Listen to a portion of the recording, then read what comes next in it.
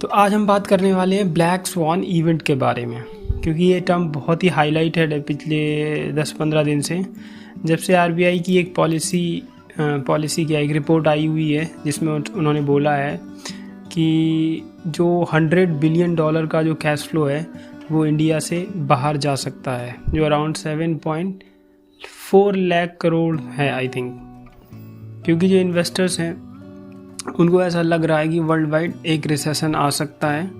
तो वो अपना पैसा निकाल के अपने देश ले जा सकते हैं। तो एक्चुअली ये है क्या, ये ब्लैक स्वान इवेंट, इसमें क्यों इतना लोग डरते हैं इससे, क्या इसके इम्पैक्ट होते हैं, ये टर्म आया कहाँ से? तो ब्लैक स्वान जो है वो नासीम निकोलस तालिब एक राइटर हैं, एक लेबनीज़ राइटर हैं आई थिंक। तो उन्होंने 2007 में अपनी एक बुक लिखी जिसका नाम था ब्लैक स्वान इवेंट। तो उस टाइम से ये बुक इतनी फेमस हो गई, क्योंकि जब 2007 में उन्होंने लिखी तो 2008 में ही एक फाइनेंशियल क्राइसिस आया अमेरिका में। जो एक लेमन ब्रदर्स एक बैंक थी वो कोलैप्स हुई, और इसके बाद 2008 में हुआ था। तो उसके बाद से इस बुक को बड़ी ही एक अप्रिशिएशन मिली, क्योंकि लोग इसे फॉलो करने लगे, क्योंकि इसे एक टाइप का इसको कंसीडर किया गया कि yes, black swan events are real. और ये एक्चुअली उन्होंने अपनी बुक में बताया है कि दुनिया एक्चुअली पहले मानती नहीं थी before the discovery of black swan कि सिर्फ और सिर्फ वाइट स्वॉन्स ही होते हैं, सिर्फ वाइट स्वॉन्स ही दुनिया में होते हैं। बट ऑस्ट्रेलिया में ब्लैक स्वान को देखा गया और रिसर्चर्स ने उसकी डिस्कवरी करी, तब पूरी दुनिया को पता चला कि ब्लैक स्वान मतलब होते हैं।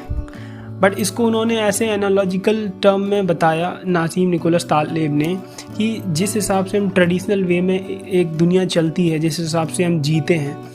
अगर उसके बिल्कुल बियॉन्ड अनसर्टेन, या हम जिस चीज़ को प्रिडिक्ट ना कर पाएँ और कोई घटना ऐसी हो जाती है, उसे उन्होंने बोला है ब्लैक स्वान इवेंट। अब वो वर्ल्ड वाइड भी हो सकती है, मींस पॉलिटिक्स में भी हो सकता है, वो इकॉनमी में भी हो सकता है, वो किसी भी फील्ड में हो सकता है, इवन अपनी पर्सनल लाइफ में भी आप बहुत सारे ब्लैक स्वान इवेंट्स देखोगे। तो ब्लैक स्वान इवेंट्स के अगर हम एग्जाम्पल्स की बात करें, जैसे 2004 में इंडिया में सुनामी आई हुई थी, तो वो एक ब्लैक स्वान इवेंट है, क्योंकि उसको प्रिडिक्ट करना it is next to impossible. हम किसी भी प्रायर इंस्ट्रूमेंट से, कोई हिस्टोरिकल डेटा से या कुछ भी गुणा भाग करके हम उसे नहीं जांच परख सकते कि ये सच में इवेंट ऐसा हो जाएगा, क्योंकि वो इतना अनप्रिडिक्टेबल होता है। और फिर उसके जो इम्पैक्ट होते हैं वो पूरी दुनिया पे, या हम अगर अपनी पर्सनल लाइफ की बात करें तो पर्सनल लाइफ मतलब उसके इम्पैक्ट बहुत ही ज़्यादा होते हैं, तो इसलिए लोग उससे डरते भी हैं।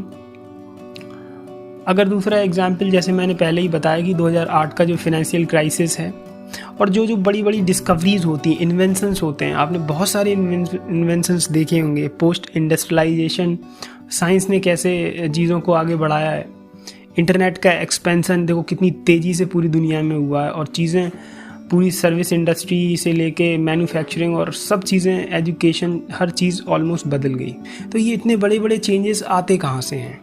इतने बड़े बड़े, जैसे मेडिकल सेक्टर में कितने बड़े चेंजेस आ चुके हैं आज के टाइम पे। आप अगर फैशन इंडस्ट्री को देखोगे तो आप 20 साल पहले या 10 साल पहले आप अगर बॉलीवुड या हॉलीवुड मूवीज़ में देखोगे, कार देखोगे या उनके कपड़े देखोगे, पहनावा देखोगे, तो बिल्कुल पूरी तरीके से वो चेंज हो गया है। आर्ट का इमरजेंस जो है, मतलब कैसे पहले लोग किस टाइप की फ़िलासफ़ीज़ और किस टाइप का मतलब स्कल्पचर्स और किस टाइप की चीज़ों को पसंद करते थे, वो आज बिल्कुल डिफरेंट है। तो जो ट्रांजिशन आता है वो उन्होंने उसको बोला है ब्लैक स्वान इवेंट, जिसको हम बिल्कुल प्रिडिक्ट नहीं कर सकते। तो कुछ रिसर्चर्स ने जब ब्लैक स्वान पाया गया तो उन्होंने ये आरोप लगाया कि इनके जीन्स में ही मॉडिफिकेशंस आ गया होगा over the period of time. मतलब जो सफ़ेद स्वान हैं, वाइट स्वान हैं, उनके जीन्स में ही कुछ ऐसी चीज़ें मतलब चेंज हुई तो वो ब्लैक में कन्वर्ट हो गई। तो इससे उन्होंने मतलब इस चीज़ को रेफ़र किया कि जब भी कोई घटना पूरे वर्ल्ड वाइड या हमारी पर्सनल लाइफ में होती है तो कुछ लोग इसे नकार देते हैं इन द सेंस, या कोई अलग तुक्का भिड़ा देंगे या कुछ अलग से अपनी एक फ़िलॉसफी लाएंगे और उसको मोल्ड करने की कोशिश करेंगे, but it is completely unpredictable. मतलब उन्होंने उसको ऐसे बताया, जो न्यूज़पेपर है या जो न्यूज़ हम दिन रात पढ़ते हैं और एक प्रिडिक्ट करने की कोशिश करते हैं, मतलब किसी भी अनसर्टेन घटना को उसका सॉल्यूशन निकालने की कोशिश करते हैं उन न्यूज़ के ज़रिए या जो हमारे पास पर्टिकुलर नॉलेज है उसके ज़रिए, बट वो एट द एंड बहुत ही फ्यूटाइल पड़ती है। उस नॉलेज को हम नहीं समझ सकते हैं, या वो मतलब इन द सेंस कि बहुत ही सुपरफिशियल होती है। अब जब वो घटना एकदम सामने आ जाती है तो हमारी नॉलेज बिल्कुल फीकी पड़ जाती है, वो कम्प्लीटली अनप्रेडिक्टेबल होती है। अब जैसे हम पर्सनल लाइफ में हम एम्फोसिस करें, पर्सनल लाइफ में आप देखोगे, आप जितने भी सारे डिसीजन लिए, चाहे अपने एजुकेशन में हो, चाहे आपकी पर्सनल लाइफ हो, चाहे आप शादी करने वाले हो, या कोई आपने लाइफ पार्टनर चुना था, या आपने कोई डिग्री करी थी, अब आप देखो कि आपने जो भी डिसीजन लिए थे अपनी प्रायर नॉलेज से, जो भी अपनी नॉलेज इकट्ठी करी थी, बट अगर आप अपनी पास्ट लाइफ में ये चीज़ रिफ्लेक्ट करोगे तो देखोगे कि अब जो आपकी फ्यूचर लाइफ मतलब जो आ चुकी है उसमें कितना बड़ा डिफरेंस है। आपने कौन सा कोर्स किया था बट आप कौन सी जॉब कर रहे हो, कैसा आपने पार्टनर चाहा था बट आप कैसा पार्टनर हो, मतलब आप किस पार्टनर के साथ इस समय हो, किस टाइप का आप एक पर्सनालिटी चाह रहे थे और आज कैसे हो। तो हम जैसा चाह रहे थे, मीन्स हमारे पास जैसी नॉलेज थी उस हिसाब से हमने एक्शन लिए, बट हमारी जो अब पर्सनैलिटी है वो बिल्कुल डिफरेंट है। तो इसका मतलब है कि जो भी हम करते हैं या जो भी हम सोचते हैं, जो आसपास से हम इंफॉर्मेशन या जो ट्रेंड होता है उस हिसाब से चीज़ों को पकड़ते हैं और फिर अपना डिसीजन लेते हैं, और बट बाद में कुछ इवेंट ऐसे होते हैं जो बिल्कुल हमारी लाइफ की डायरेक्शन ही चेंज कर देते हैं। वो ऐसे छोटे छोटे ब्लैक स्वान इवेंट होते हैं। जैसे पर्सनली अभी मैं जब स्टॉक मार्केट में ट्रेडिंग कर रहा था, तो इतने दिनों से ट्रेडिंग करने के टाइम पे मैंने एक चीज़ देखी कि एक बार अभी आई थिंक ये 10-15 दिन पहले की बात होगी कि